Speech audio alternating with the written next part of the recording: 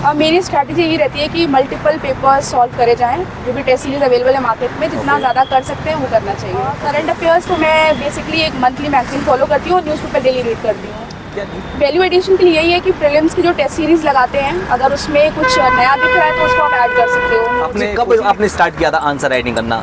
क्या शुरुआत में आते ही आंसर राइटिंग स्टार्ट कर देनी चाहिए कैंडिडेट को, या फिर कुछ टाइम लेकर के?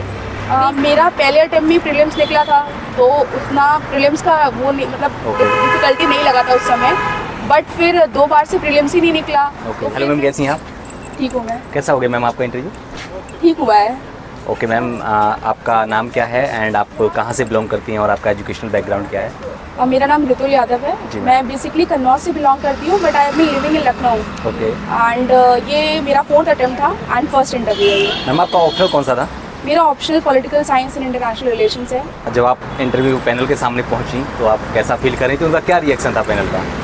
पैनल का रिएक्शन अच्छा था एंड वो यही कहते हैं कि हम आपसे डिस्कशन के लिए बात करना चाहते हैं एंड अच्छा था। तो ऑब्वियसली जैसे कि ये नेचुरली है कि जब एक इंसान इंटरव्यू के लिए जाता है तो ऑब्वियसली एंजियस फील करता है, एंजाइटी, स्ट्रेस काफ़ी रहती है। तो क्या उन्होंने काम करने की कोशिश करी उस चीज़ को, पानी वगैरह देते हैं जैसे? नहीं, ऐसा तो जरूरत नहीं पड़ा। अच्छा। तो सबसे पहला क्वेश्चन क्या था उनका? किस तरह का इंटरव्यू था? डेप बेस्ड था, करंट अफेयर बेस्ड, या फिर आपके ऑप्शनल फोकस था? सारी चीज़ों पे था। मिक्स था। तो किस तरह के सवाल थोड़ा मेंशन करना चाहेंगे आप? अभी तो इतने याद नहीं आ रहे हैं questions, but almost all area वो covered. Okay ma'am. And ma'am अगर बात करें हम प्रीलिम्स की, तो प्रीलिम्स में आपकी स्ट्रेटजी क्या रही थी? मेरी स्ट्रैटेजी ये रहती है कि मल्टीपल पेपर्स सॉल्व करे जाएं, जो भी टेस्ट सीरीज अवेलेबल है मार्केट में, जितना ज़्यादा कर सकते हैं वो करना चाहिए। ओके। तो आप क्या कहेंगे टेस्ट सीरीज और PYQs में किस पर ज़्यादा फोकस करना चाहिए? क्या PYQs करने चाहिए या फिर टेस्ट सीरीज, मतलब PYQs को ही टेस्ट सीरीज की तरह करना चाहिए या फिर टेस्ट सीरीज? दोनों चीज़ें कर सकते हैं। PYQs का भी अपना रोल है, आइडिया मिल जाता है कि UPSC कैसे क्वेश्चन पूछता है। एंड टेस्ट सीरीज करने से ये होता है कि करंट में क्या चल रहा है उसका एक आइडिया रहता है कि ये टॉपिक थे उसमें। तो दोनों ही का अपना अपना इंपॉर्टेंस है। बात करें करंट अफेयर की, जैसे आप कह रहे हैं कि करंट अफेयर कहाँ से करें, किस तरह से किया जाए करंट अफेयर? क्या स्ट्रेटजी होनी चाहिए करंट अफेयर? करंट अफेयर्स तो मैं बेसिकली एक मंथली मैगजीन फॉलो करती हूँ और न्यूज़पेपर डेली रीड करती हूँ। क्या न्यूज़पेपर से भी नोट्स बनाने चाहिए करंट अफेयर के? ये डिपेंड करता है पर्सन टू पर्सन। मैंने कभी नहीं बनाए, बट लोग बनाते हैं। स्टैटिक के लिए क्या स्ट्रेटजी होनी चाहिए? स्टैटिक के लिए वही जितनी भी बुक्स हैं स्टैटिक वाली, वही सब रीड करनी चाहिए। मेंशन करना चाहोगी आप रिसोर्सेज का थोड़ा सा, कौन कौन से आपने फॉलो किए?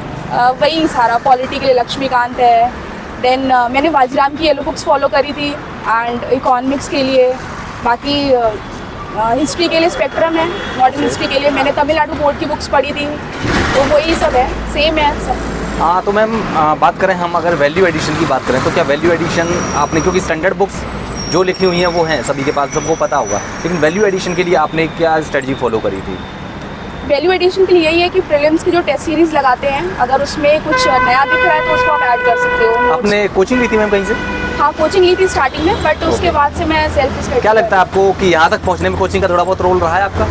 हाँ, क्योंकि मेरे को कुछ आइडिया नहीं था, तो ऐसे लोगों को मतलब कोचिंग हेल्प कर सकता है, बट अदरवाइज आपको ही पढ़ना है, आपको करना तो पड़ेगा खुद से ही। बिल्कुल। तो क्या जैसे कि सेल्फ स्टडी अगर कोई करना चाहे, और आज के टाइम में तो बहुत सारे रिसोर्सेज हैं ऑनलाइन, उन सब का क्या रोल रह सकता है? यूट्यूब बहुत अच्छा रिसोर्स है, बहुत सारे चैनल्स हैं, आप उनको फॉलो कर सकते हैं, एक आइडिया अच्छा मिल जाता है। यूट्यूब के अलावा टेलीग्राम वगैरह आपने कुछ फॉलो किया? क्या आप मेंशन करना चाहोगे थोड़ा सा, कौन सा कोई चैनल वगैरह अगर आपको नाम याद आ रहा हो तो? टेलीग्राम पे बहुत सारे चैनल्स हैं, बहुत सारे चैनल्स हैं, मैं सबका देखती रहती हूँ। ओके मैम, AI वगैरह, चैट GPT वगैरह कुछ? नहीं, उतना भी फॉलो नहीं किया है। अच्छा। अगर बात करें मेंस के लिए, तो मेंस में आपकी स्ट्रेटजी क्या रही थी आंसर राइटिंग के लिए? कि कब आपने स्टार्ट किया था आंसर राइटिंग करना? क्या शुरुआत में आते ही आंसर राइटिंग स्टार्ट कर देनी चाहिए कैंडिडेट को, या फिर कुछ टाइम लेकर के? नहीं, मैंने शुरुआत में नहीं करी थी।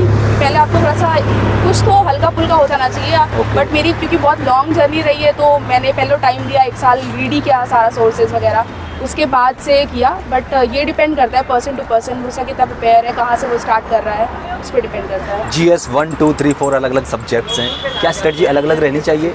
आपने क्या इस सब्जी के लिए फॉलो किया था, क्या अप्रोच रही थी आपकी? मेरी अप्रोच वही है, सिलेबस में जो भी टॉपिक्स लिखे हैं उन्हीं पे नोट्स बनाने हैं, वही फॉलो करना है। ऐसा कुछ डिफरेंट नहीं है, बट वही जो भी सिलेबस में टॉपिक मेंशन है बस उन्हीं को देखना है। क्या हैंड रिटन नोट्स वो ज़्यादा ज़रूरी होते हैं या फिर मंथली मतलब मंथली नहीं सॉरी जो नोट्स मार्केट में अवेलेबल हैं उनसे काम चल जाएगा? मैंने तो हैंड रिटन नोट्स बनाए थे। अच्छा। अब वो डिपेंड कर सकता है पर्सन कैसे use अगर कर कोई रहा है। कैंडिडेट जैसे बनाना चाहे तो किस तरह से बनाए जाए नोट्स? क्या कुछ गाइड उनको गाइड कर सकती हैं कि किस तरह से नोट्स बनाने चाहिए, कहाँ से कैसे चीज़ों को उठाया जाए कि ये नहीं ये इंपॉर्टेंट है, इस तरह इसको हम अपना नोट्स बना लेते हैं? ये आप PYQ देख सकते हैं, मतलब कैसे क्वेश्चंस आ रहे हैं, फिर आप वैसे नोट्स बनाइए। आप एक आइडिया मिल जाएगा कि क्या क्या हमें नोट्स में रखना चाहिए। मैम ये आपका कौन सा अटैम्प्ट था? 4th attempt. ये 4th अटैम्प्ट था। आपकी लंबी जर्नी जो काफ़ी लंबी रही है, क्या आपने ऐसा कुछ जो आप बताना चाहेंगे कि आपने पिछले अटैम्प्ट्स में जो आपके प्रीवियस अटैम्प्ट्स थे आपने ये मिस्टेक्स करी थी जिसकी वजह से आप UPSC को क्रैक नहीं कर पाई? क्या मिस्टेक्स रही थी और इस बार आपने क्या मेजर चेंजेस किए थे? मेरा पहले अटेम्प्ट में प्रीलिम्स निकला था तो उतना प्रीलिम्स का वो नहीं, मतलब Okay. डिफिकल्टी नहीं लगा था उस समय। बट फिर 2 बार से प्रीलिम्स ही नहीं निकला। Okay. तो फिर मैं प्रीलिम्स की तरफ चली गई थी कि प्रीलिम्स तो पहले निकलना चाहिए, देन मेंस। तो पहले अटेम्प्ट में ये था कि मेंस की प्रिपरेशन नहीं थी उतनी। Okay. एंड फिर अभी देखिए क्या होता है। जैसे कि आप कह रही हैं आपके फर्स्ट अटैम्प्ट में प्रीलिम्स निकल गया था, दोबारा फिर प्रीलिम्स नहीं निकला, ऐसा क्या 2 रहा बार था? भी निकला था। हाँ हाँ, यही क्या था कुछ कि गलतियाँ नहीं थी या फिर क्या चेंजेस थे? बहुत कम मार्क्स ही रहा था, मतलब Okay. कम मार्क्स से रहा था सेकंड वाले अटेम्प्ट में। फिर थर्ड में डिफरेंस था, बट ये था कि क्या स्ट्रेटजी में क्या चेंजेस किए थे, मैं वो जानना और चाहता क्वेश्चन और पेपर्स लगाए थे मैंने। अच्छा, PYQ भी लगाए PYQs थे वगैरह और और टेस्ट टेस्ट सीरीज सीरीज भी लगाई थी। और हूँ। कितनी टेस्ट सीरीज इस बार आपकी ने अपने सॉल्व करी थी, कुछ याद है? 40 प्लस तो करी थी।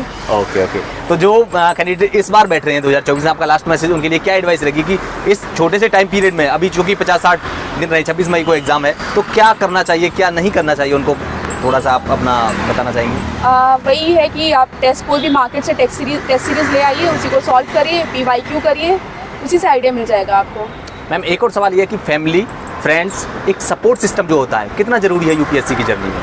बहुत ज़रूरी है। फैमिली का support is very important. Okay. तभी आप इतना सस्टेन कर पाओगे। Okay, thank you ma'am and all the best ma'am. I hope आपका लिस्ट में नाम आ जाए एक बार।